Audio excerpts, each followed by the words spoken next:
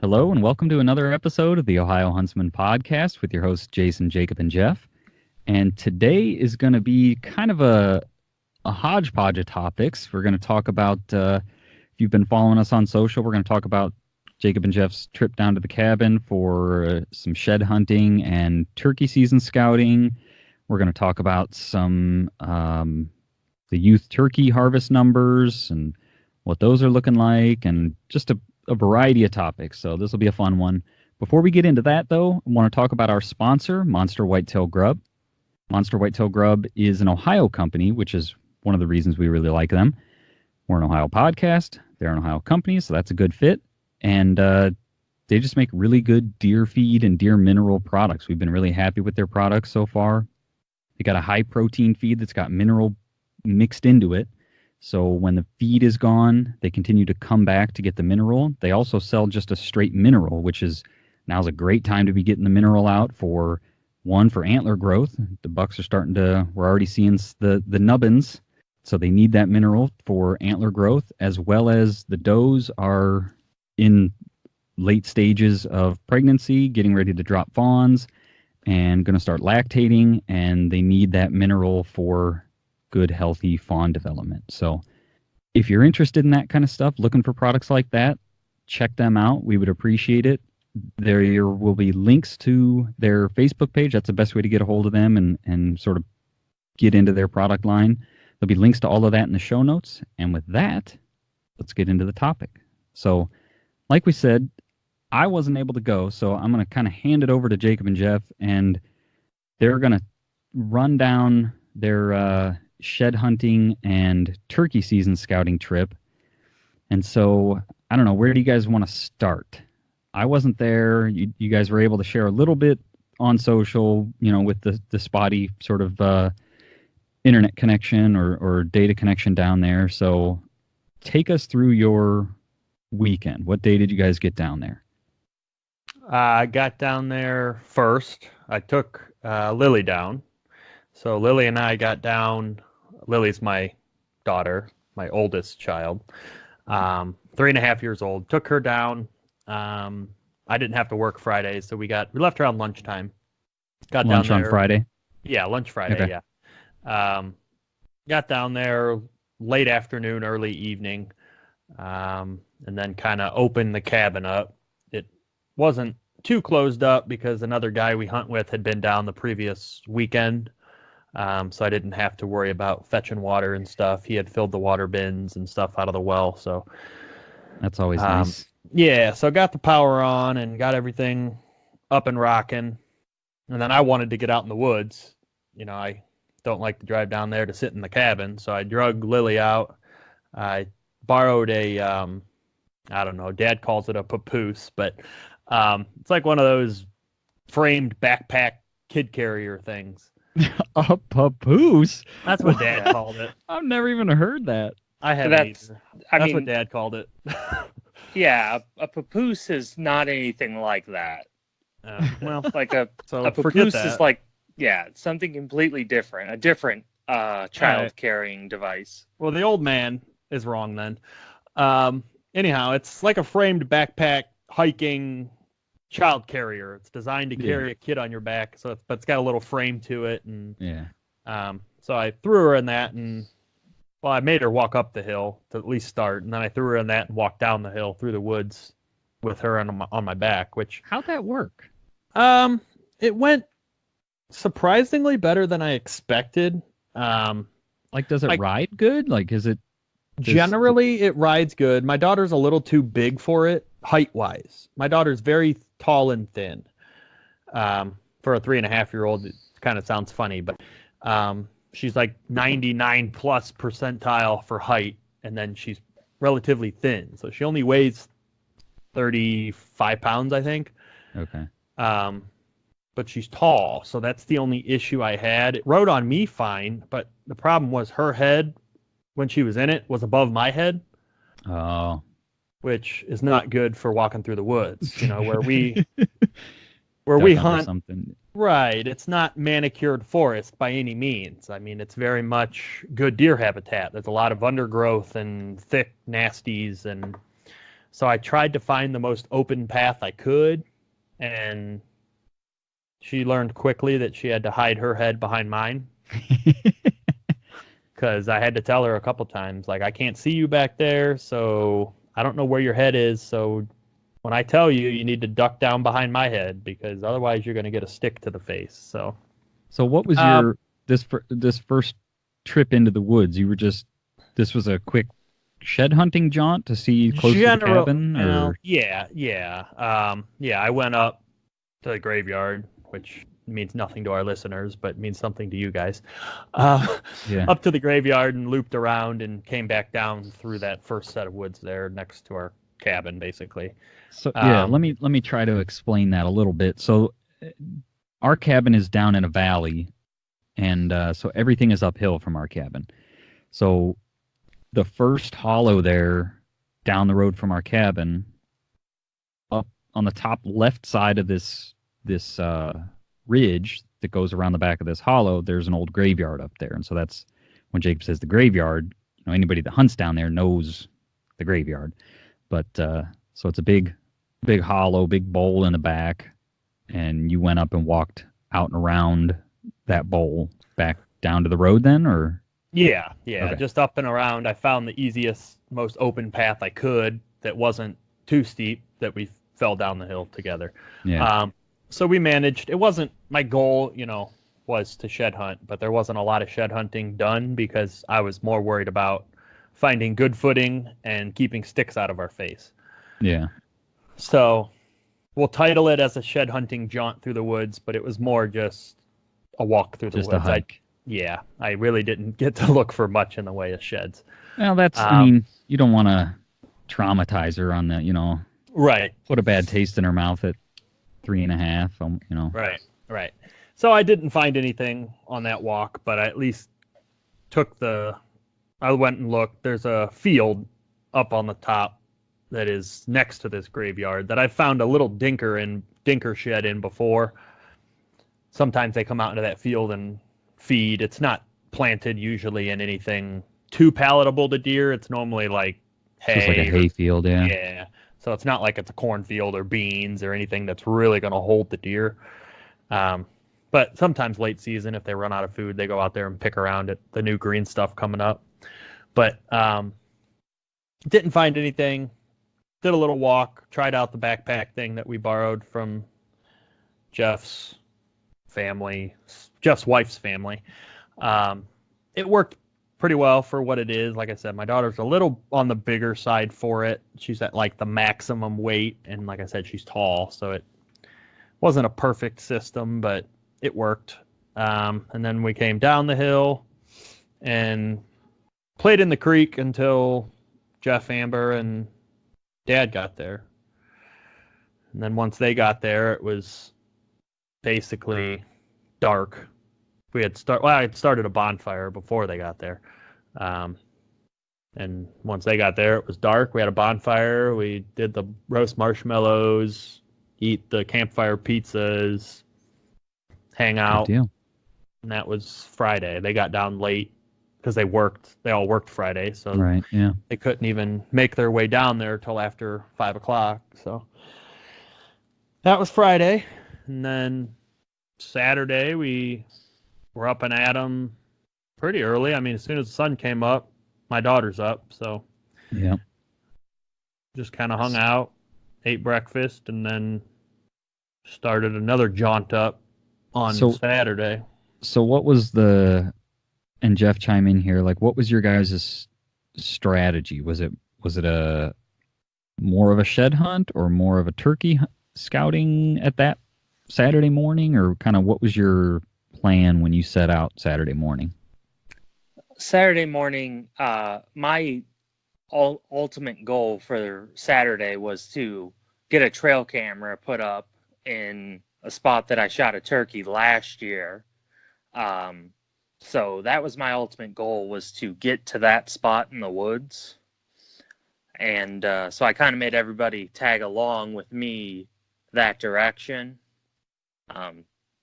So that was our goal, was, at least mine, was to get to that spot to put that trail camera out and kind of look for antlers and listen for turkey along the way. And so your plan with that camera, you left it up? You're going to leave it up until just turkey season? We go down for turkey season, or was it just for the weekend? No, I left it up. I'm going to check it when I go out hunting for turkey season to see what, and on our way up there, we started up the hill. Our dad and Jacob's daughter, Lily got tired after just walking up the hill, and our dad caved and took her right back to the cabin so that they could bake a cake together. Oh. So then it was just me and my wife Amber and Jacob split off and kind of walked the middle of the hillside, and Amber and I walked the ridge top. And when we got pretty close to the area that I had shot my turkey last year, we started hearing turkey gobblers firing off in the same thicket of pines that I've always heard gobblers in. I've been hunting this area for the past, I think this will be the 4th year, maybe the 5th year I've hunted it. Last year was the first time I actually ever got one of these toms. They hold pretty tight, and they don't really like to come to calling. But last year we made it happen. So started hearing them firing off. Only walked another maybe 20 yards and found a nice 4-point shed. So that was cool. So is this on the right side of the road, or? Yeah, on the right side, all the way up on the ridge top. There's a patch of pines up there. This patch of pines. This is the infamous spot where Jacob busted his face shooting a deer last year. Yes. Oh, got right it. up on top. Yeah. Got it. Where I took a little scope bite. But So that's where we're at. Yeah. So then I walked a little bit further to the exact spot that I shot that turkey last year. There was a fallen tree that I had gotten in the branches of and set up in. So I had Amber sit there as I kind of edged out the ridge a little bit further to try to find a place where when turkey season comes, I could set up on these turkey if they're in the same place. There wasn't any good spots out the ridge, so I went back to that tree and kind of cleared out some shooting lanes, and I cleared out like a path basically along the ridge top so that there wasn't any branches or fallen trees, that a turkey might get hung up on, so that I could call them straight down the ridge to me. So I put the trail camera right by that and cleared out some shooting lanes and set up a spot for myself for turkey season. Well, that sounds good. Sounds promising. Hopefully it comes together. Yeah. So, Jake, you were down the hill farther than at this point? Yeah, I walked the middle of that hillside that runs the whole road there, basically. With the way like Jason said, our cabin is down at the bottom of basically everything's uphill. So the hill behind our cabin basically runs parallel to the road for the most part. So you can walk that entire hill all the way down to the end of the property we're allowed to hunt, basically.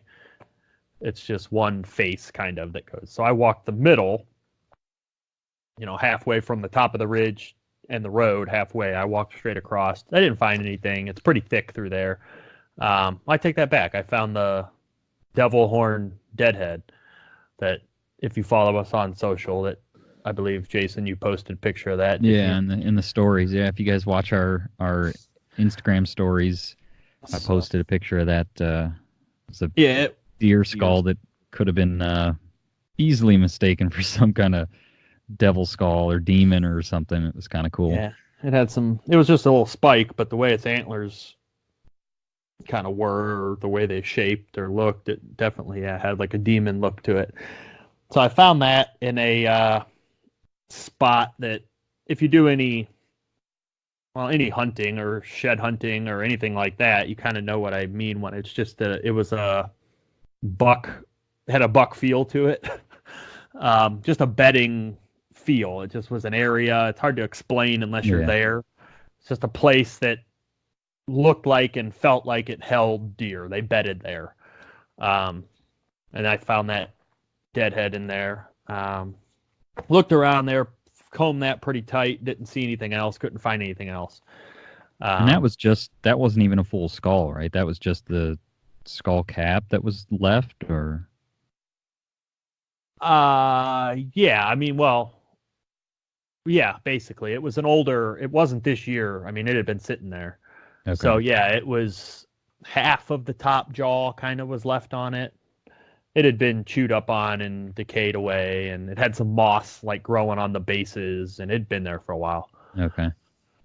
So I kind of milled around that area because I felt like this is a good spot. Never found anything, so then I worked my way down the ridge to the road, across the road, and then up into a place down there that we called Gale's Hollow. It's national forest. There's an old house that's in there that legend has it, or rumor has it, that Gale, a woman by the name of Gale, lived in that house. So it's Gale's Hollow. Real creative. So I went over across into that hollow, which again, we've had good luck in just with deer. It's a thick, overgrown hollow. I worked my way. There's a kind of a road that has been cleared out. Like I said, it's national forest land, but for some reason there was a road put in there that they've kind of cleared out. So I walked that a little bit just to get myself back in there a little easier. Like I said, I did not have my daughter with me by this point because my dad had taken her back. So at this point, I'm in full shed hunting mode. And I worked my way up to the top of if you're looking back into this hollow on the right side, up on top, there's a big oak flat up there where I found a good amount of sheds. Jason, that's where you found one of your sheds up in there that we talked earlier. Again, if you follow us on social, we're debating if it was a match set you found a couple years apart or what. One of those antlers was found up in that area where I was. And I combed around up there again because I was in full shed mode at this point, and I found 2 old shed antlers that were at least a year old, if not older, which is kind of funny because I've looked up there for shed antlers every year. And apparently I missed these. Yeah. They were pretty chewed, right? I mean, there wasn't much left of them. Yeah, I mean, the one was basically just the main beam, the main, and it was even that was chewed in half. Like half, so I was going to say half of the main beam. Right, half of the main beam. And then the other one was basically all the tines had been chewed off for the most part. It's the whole main beam, but it's a pretty good, for down there, I mean, it's not corn-fed country, so it's a good size base and main beam. It would have been a big deer that dropped that antler. But it's hard to say if it's any deer we've ever seen because there was no tines, antler. So it's hard to tell characteristics of an antler when everything's been chewed off of it.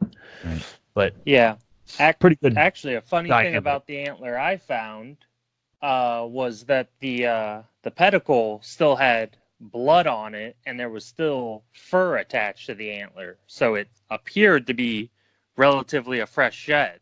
Wow. So I think the buckeye that dropped that held on to him for a while. Yeah. We heard a lot of that this year.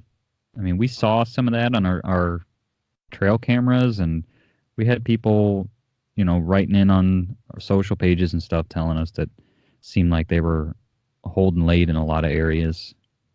Okay, so yeah, I walked that oak flat and again, found old antlers, didn't find anything new, but it definitely will be a spot I will shed hunt very, very carefully going forward, because clearly because I'm assuming because of all the old, I mean, it's a lot of big oak trees up there, so all the residual acorn, they must spend a lot of time up there late season, because we've found, I mean, if you count the pieces that I found, that's 6 sheds, I think, that have come off that oak flat. Yeah. So it's, and some of them are pretty, I mean, my biggest shed to date I found up on that oak flat. It's a big, like, it's got a drop tine and everything. It's a big piece of bone, which we've never seen. We've never really run cameras down there because it's a lot of public land and it's not close to home. So we're hesitant to run a camera, for months at a time down there. So it's hard to say what's down there, size-wise or deer-wise. But typically, guys down there don't pull a lot of really big deer just because of the terrain and there's not a lot of farm because it's steep hills. If there's not, I don't know if I've ever seen corn or beans down there. It's always hay, if anything. Yeah. If I'm being honest, I kind of like not running cameras down there. Yeah, not knowing, because it sort of leaves it as a mystery. You never know what's going to come by, or at least I am less willing to let a deer walk, because when you're running cameras and oh, there's a bigger one around, like you want to wait for the big one, whereas down there, yeah, maybe this is the big one, like, and so it just sort of, I don't know, seems more natural, more or less, I don't know what the word is, but like it leaves the mystery, right? The cabin is this sort of a special place, and you go down and you get away, and I don't know. Not saying that I wouldn't, but like that's kind of a nice thing, I guess, in some aspects. Yeah, it's definitely kind of nice. It's certainly, and I think I've talked about this, or we've talked about this before, like it really adds some extra wonder or mystique to opening day, because you literally have no idea what's in the woods. Yeah. You know what I mean? You could get a monster buck come by, or you could see nothing but does, and you really have no idea. And that's the same, for opening day, or when we go down and we do a rutcation, quote unquote, a bow weekend during the rut. It's the same thing. You just really don't have any idea what is coming. So that kind of adds a little bit of excitement, like you said. It's kind of like the big one could be coming, or it could not be. It's just, I don't know. The mystery kind of does add to it. I could agree with what you're saying there. But yeah, we worked down and around, and I found those 2 old sheds, and that was the extent of our shed finds for the weekend. I went over to a guy who hunts with us. He's got some property down there around a couple miles away. And I went and drove over there and walked his property. And I was shed hunting, and I also was more turkey scouting over there, because I've turkey hunted over there and seen some. Well, one time I turkey hunted, I saw some hens, but I never saw any gobblers. So I wanted to do a little bit of walking around to see what I could find. And I put a camera up over there just to see, on top of he's got like a field that runs a ridge that's used to be, I'm assuming, a crop field. I don't know. It's hard to get out of him. It's his mom's property, so it's hard to get out of him what exactly has happened or hasn't happened or whatever. I think it used to be a cattle pasture. Okay. I think. Anyhow, it's not.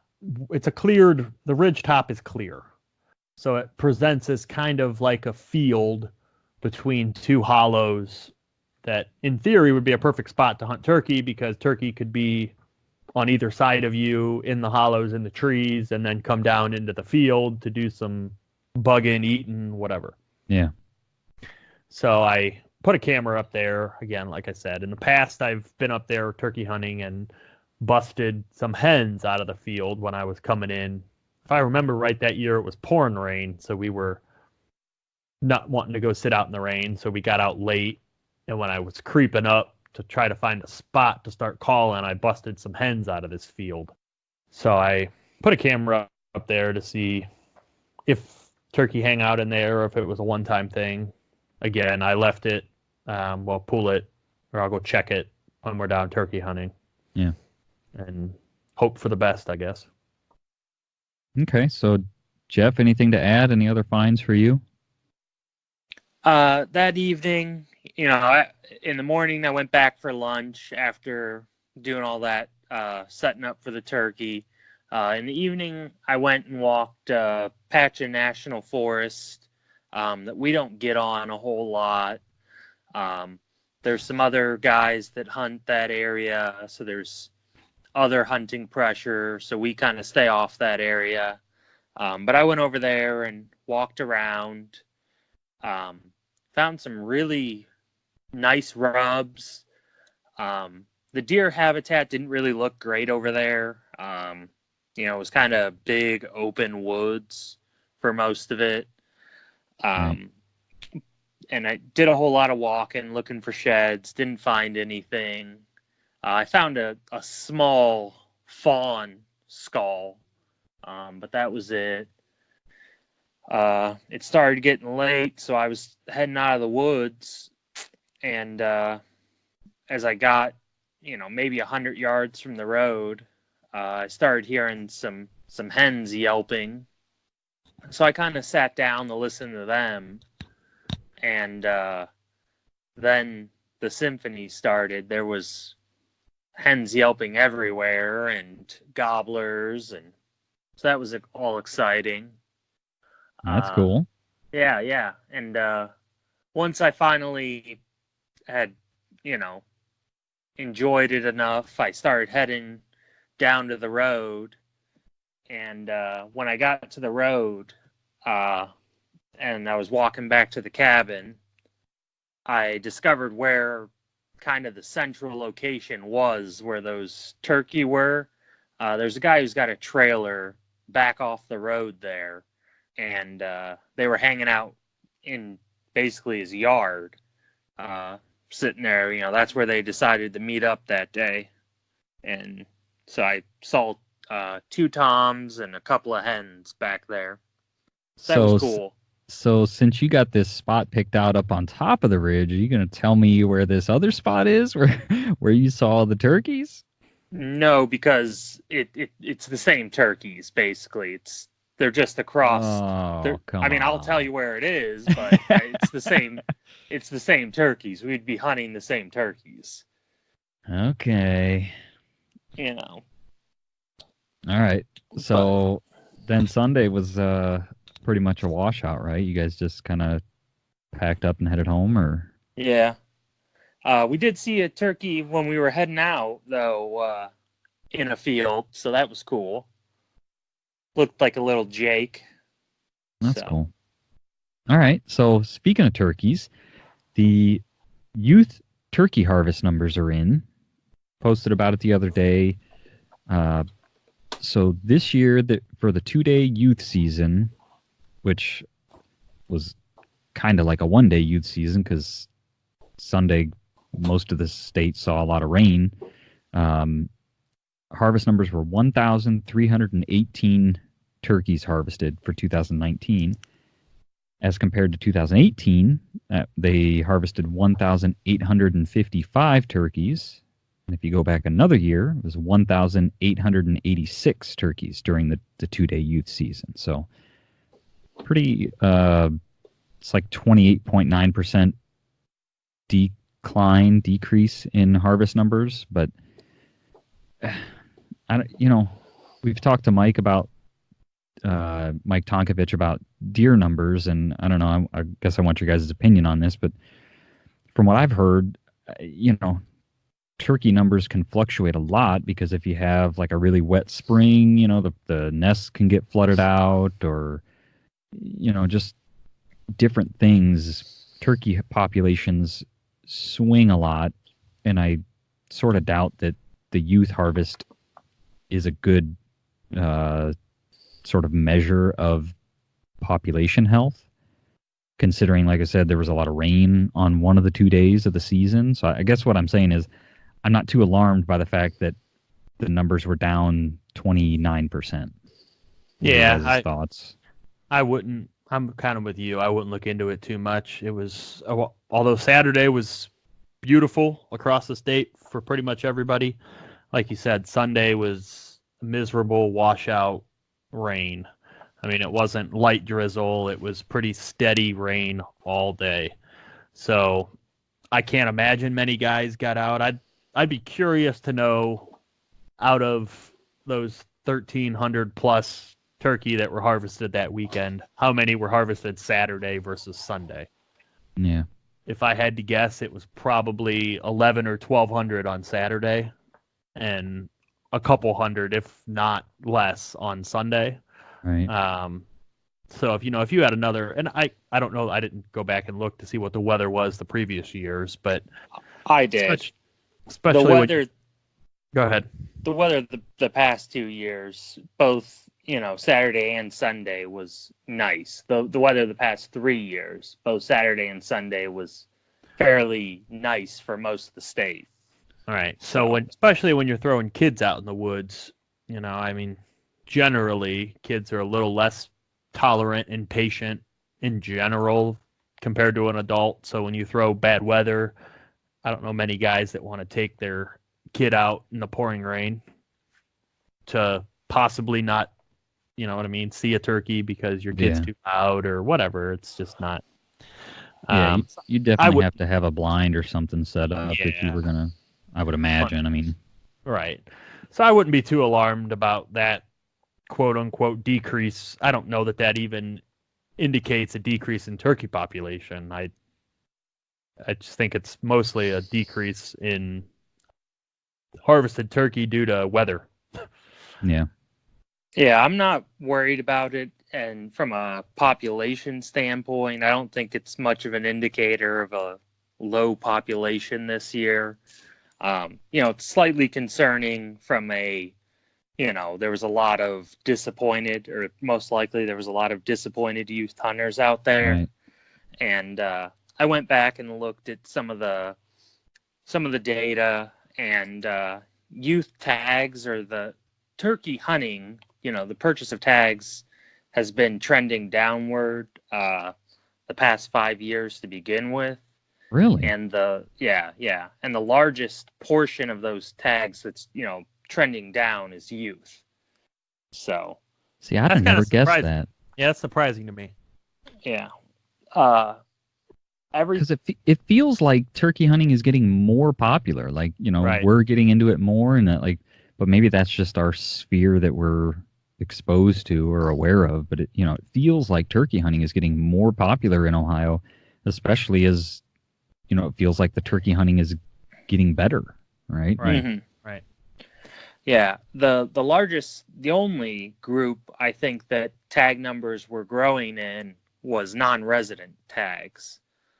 There was over the past 5 years, there was a pretty sharp increase in non-resident tags. Everything else, I think, was trending in a downward direction. Yeah, see, that's shocking to me.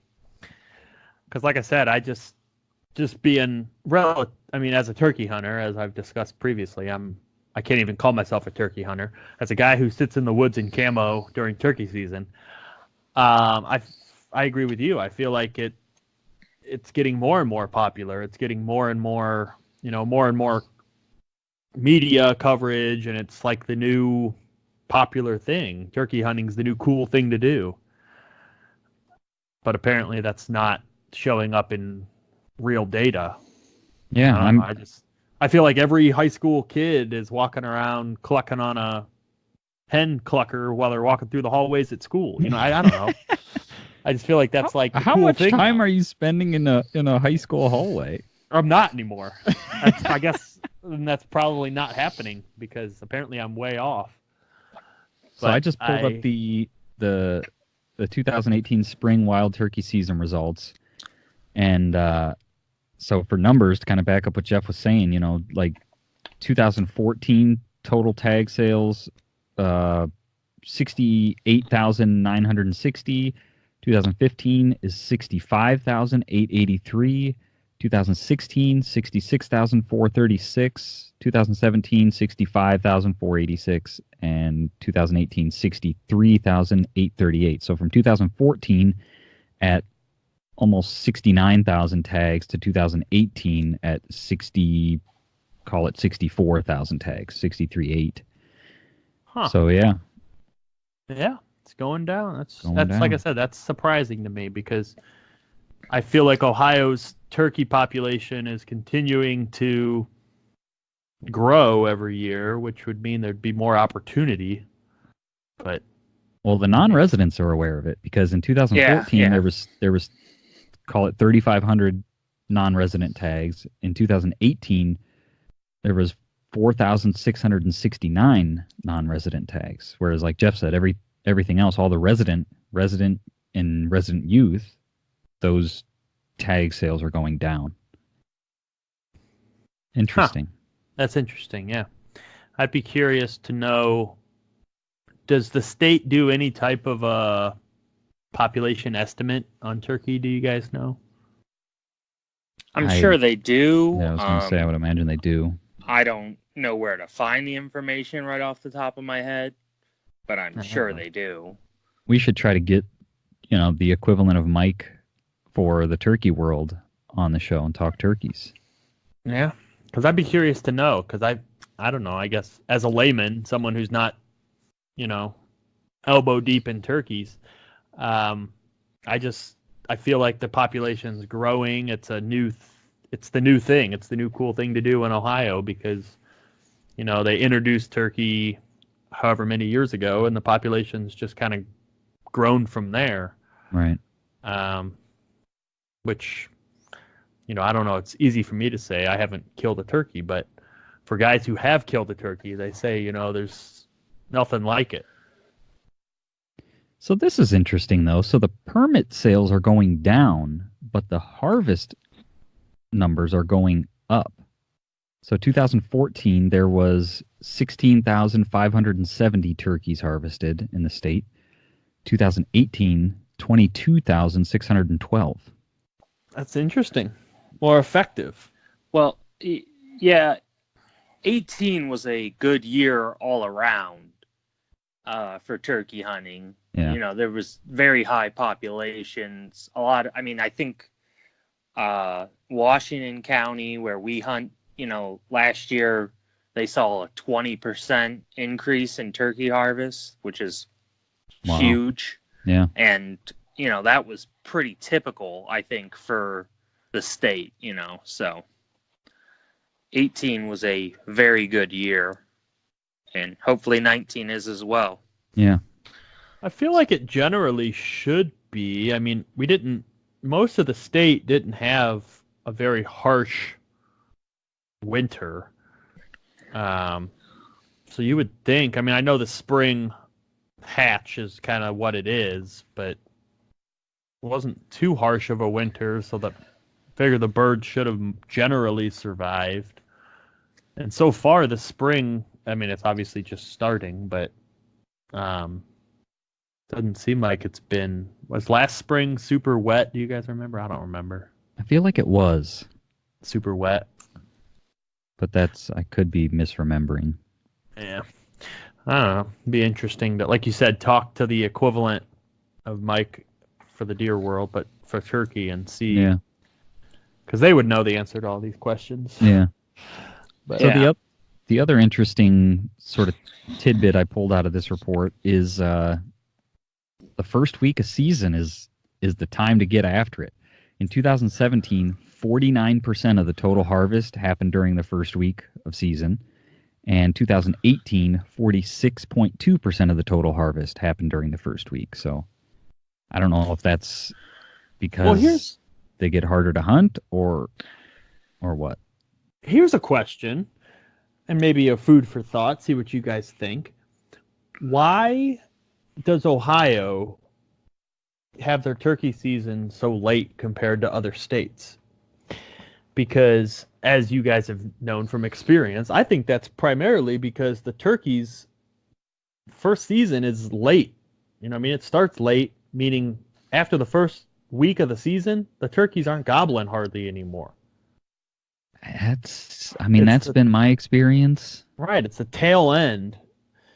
So I feel like they have the season dates set for the population to grow because they're putting it late in the mating season, therefore allowing a lot of hens to get bred before you put a lot of pressure on them, on the toms. But I mean, I don't know. You guys have been down at the cabin. Sometimes we go because we have to go. You know, we all work for a living. We have to go on weekend whenever we can make it work. And I know 2 years ago, I wasn't down there last year, which you guys had a good year last year down there. But Yeah, 2 years ago, you couldn't get a turkey to gobble down there. right. I mean, we had guys on every hill, and not a single one of us heard a turkey. Yeah, It last just year we were down there the first weekend. You know, season Right. opened on a Monday. We were down there Friday, Saturday, Sunday. Right, and I think this year we're doing the same, aren't we? Yeah. So yeah, because I think we've decided to move that up because we had such bad luck with waiting. The turkeys just go silent after that first week, and I feel like the only thing I can think of is it's late. Ohio has a late start to their season. Yeah, the thing that kind of kills me is the farm in Trumbull County. I started hunting it the year for turkey. The year before, they created that northeast zone, and you could catch the turkey, you know, that first week in pretty good breeding. You know, I mean, they were gobbling and the toms were fired up. And now they've switched to that northeast zone. That's later. And which is later, and you have the same problem the rest of the state seems to have. Right. Well, Jeff, I don't know if you know this or not, but where that farm sits, if you hunt, because we have permission on that property behind, you know what I mean? If you're picturing it. To the east. Right. No, to the west. To the west. To the west, yeah. The main farm we have permission on is the county line. And it also happens to be the line for that northeast section.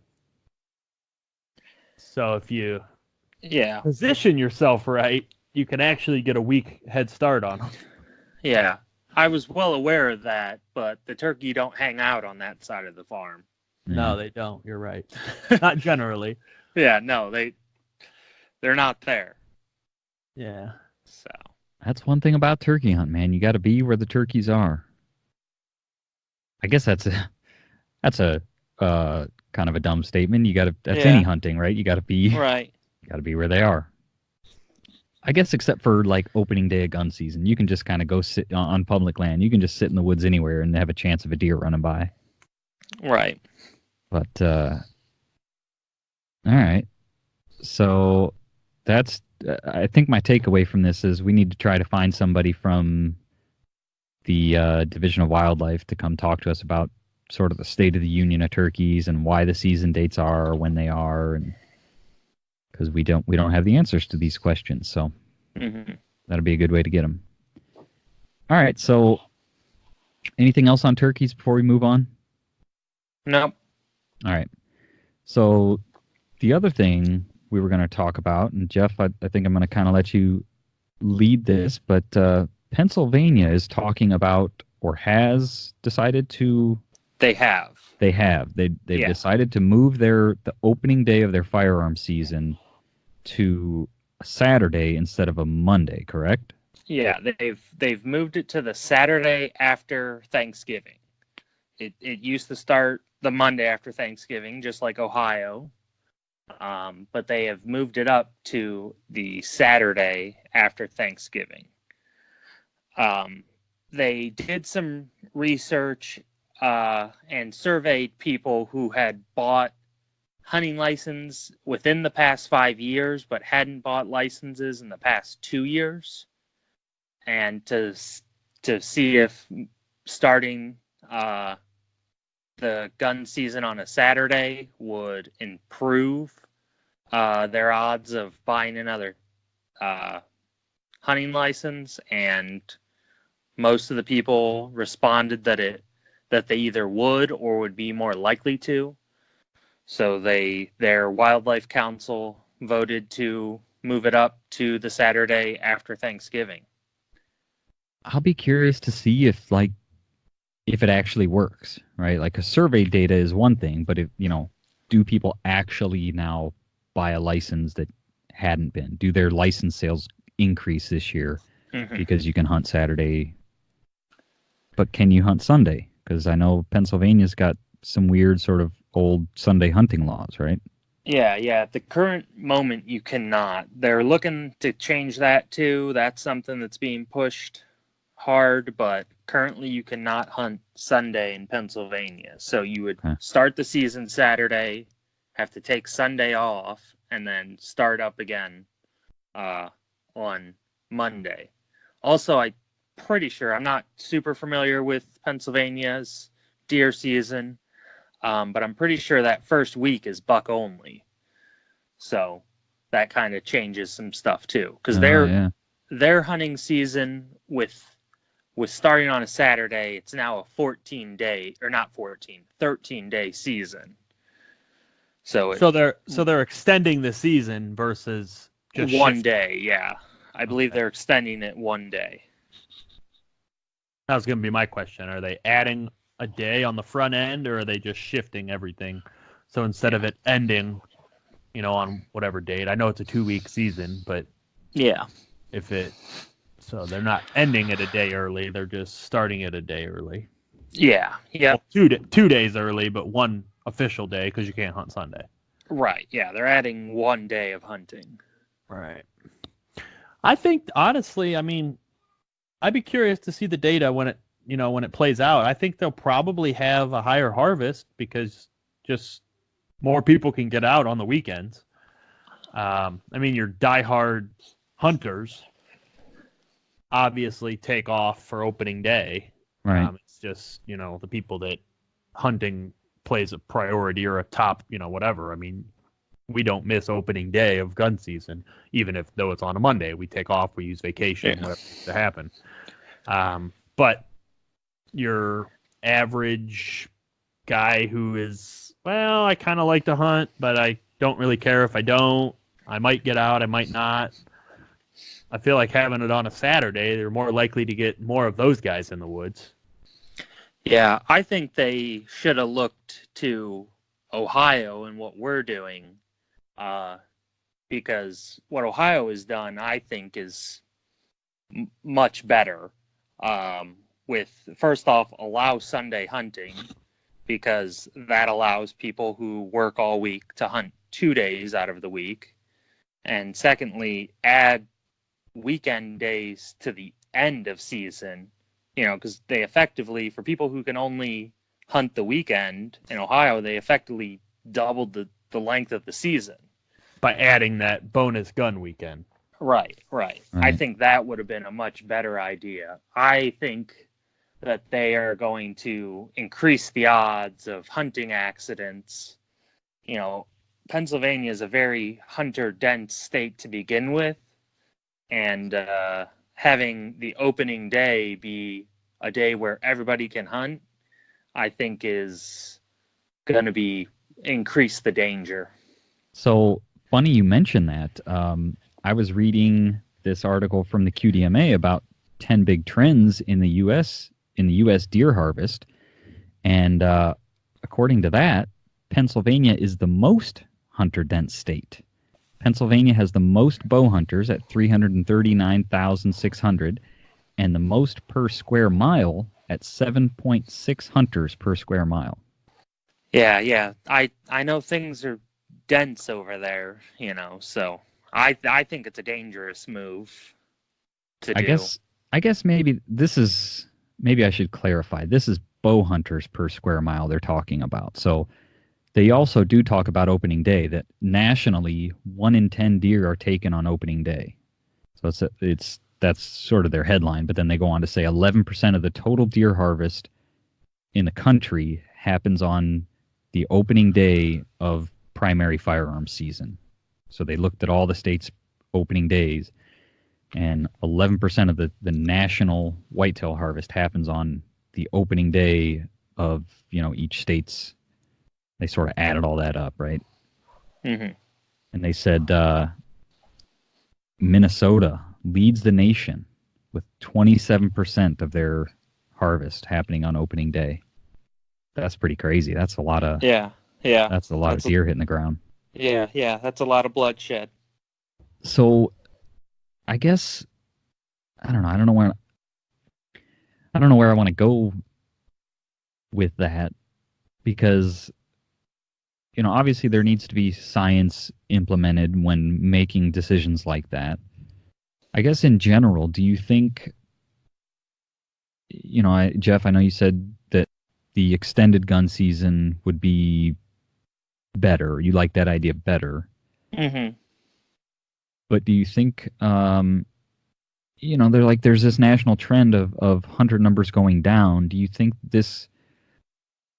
that primary firearm season, do you think that's a good way to increase hunter participation, or you would rather see other seasons, short seasons, opened up at other times of the year?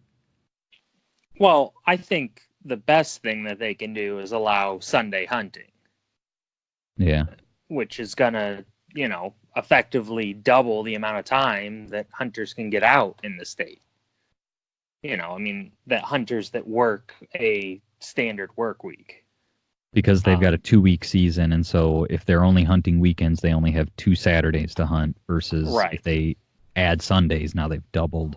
Right. Well, right. And they're doubling for every season too, because bow season they'd be doubling the time. Oh, good point. Yeah.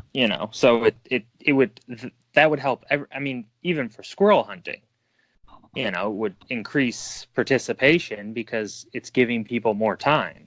Right. And some people work Saturday and have Sunday, Mondays off, and if they want to go hunt with their friends who have Saturday, Sunday off, they can't. Yeah. Sunday's the overlapping day, and so I think that's the best idea. But yeah, I don't like the idea of having your opener start on a weekend, because it just allows too many people to be in the woods at one time. You don't get your privacy, if you will. Right. I think people are going to be stacked up on each other. So your hunting experience is going to be worse, and your safety is going down. Because yeah, but a hunter, remember when we were kids going down to the cabin, right? There's a lot of public land around there. There was a lot of shooting happening on opening day. And now I know that's a Monday, and I'm sure even back then there were some people, but, think about 10 years before that, right? I think, it wasn't uncommon for schools to get off for opening day, and, it was a bigger deal. And I don't know, did I don't have this answer, but, were there more accidents, opening day accidents, that, people got hurt because they got shot? Or yeah, I don't know. That's a good question. I know the past 2 years in Ohio have been pretty dangerous years, and I just think that that's more or less by chance. I believe both of those incidents actually involved a criminal element to them. Oh, really? So yeah, I think both of those incidents had, the people weren't exactly playing by the rules when they accidentally shot someone or accidentally got shot. So that could, you know, I think, but I think that's looks bad on all of us when someone gets hurt, Sure. Yeah. and it obviously discourages people from getting in the woods, because I have non-hunting friends all the time who are, basically say, oh, I would never, or even friends that bow hunt, it's like, I'd never go out gun season. I'm afraid of getting shot. It's like, well, it's really not that bad. Like, people aren't just slinging lead everywhere. Right. I mean, there is obviously somewhat of a risk, because not everybody's a safe hunter, but it's typically not that bad. Yeah. I think I've only ever ran into one situation where I felt uncomfortable, and that was on public land, and I'm pretty sure the gentleman was high on something while he was hunting, because he was not right. Yeah, that would. That was that was scary. I evacuated the woods and went to hunt somewhere else. Probably a smart idea. Yeah. So, you mentioned bow hunters. Did you look at that QDMA article about the 10 trends at all? Yeah, I looked at it. I didn't memorize it, but Yeah. I guess one of the other things that I sort of found interesting, which I think everybody's aware of, is bow hunting is on the rise, right? They talk about 66% of the total deer harvest happens with a firearm. 23% is with archery, which it doesn't say. Says that statistic has grown from 15% in 2000, but those numbers don't add up to 100%. So I don't know. Yeah. I had that same question. I had two thoughts about that, and that one was that either they're considering muzzle loaders, not firearms. That could be, because in parentheses they do say rifle/shotgun, so maybe that's they've separated out muzzle loading. Because the other thing that it potentially could be, which I kind of also like handgun hunting. But the other thing is, I know in some states, primitive weapon, like truly primitive weapons, are legal. Spears and stuff. Oh, okay. So I doubt that that's adding up to much of any percentage. Yeah, I mean, because the firearms and archery numbers adds up to 89%. So right. I would be shocked if they're accounting for 11%. Right. Yeah. So I'm assuming it's got to be either muzzleloader or handgun. Yeah, that's a good point. I know some of the states in the South have a handgun specific season. Oh, okay. So, yeah. So I don't know. Was there any? I already covered sort of the hunter density, the bow hunter density thing. We talked about that. I thought that was kind of interesting. And then the deer taken on opening day, 1 in 10 deer being taken on opening day. Was there anything else interesting in that article that you saw? Well, if I'm remembering correctly, there was something that intrigued me, and that it was that hunter success rates are going up. Is that correct? It says individual hunter success. In 2017-18, 41% of hunters shot at least one deer. This was down from 48% in 2011 and ranged from 12% in Arizona to 69% in South Carolina. Okay.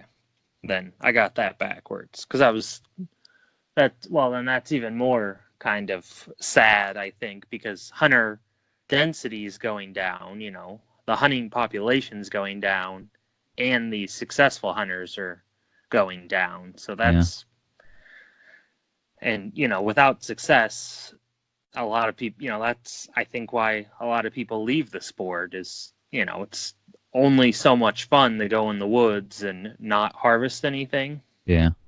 You do that for a few years and you start wondering what's the point. Right. Yeah. So That's a good point. And they said in that same sort of bullet there, they said that only 15% of hunters shot more than one deer in the 2017-2018 season.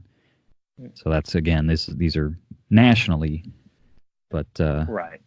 it's good to kind of, I know it's not Ohio specific, but I like looking at this stuff as like what's going on in the greater ecosystem of hunting and deer hunting in the country, just to kind of keep your finger on the pulse of that, I guess, and just be aware of sort of the trends, because I guess, I don't know, it's good. It's interesting. All right, well, anything else you wanted to touch on before we sign off?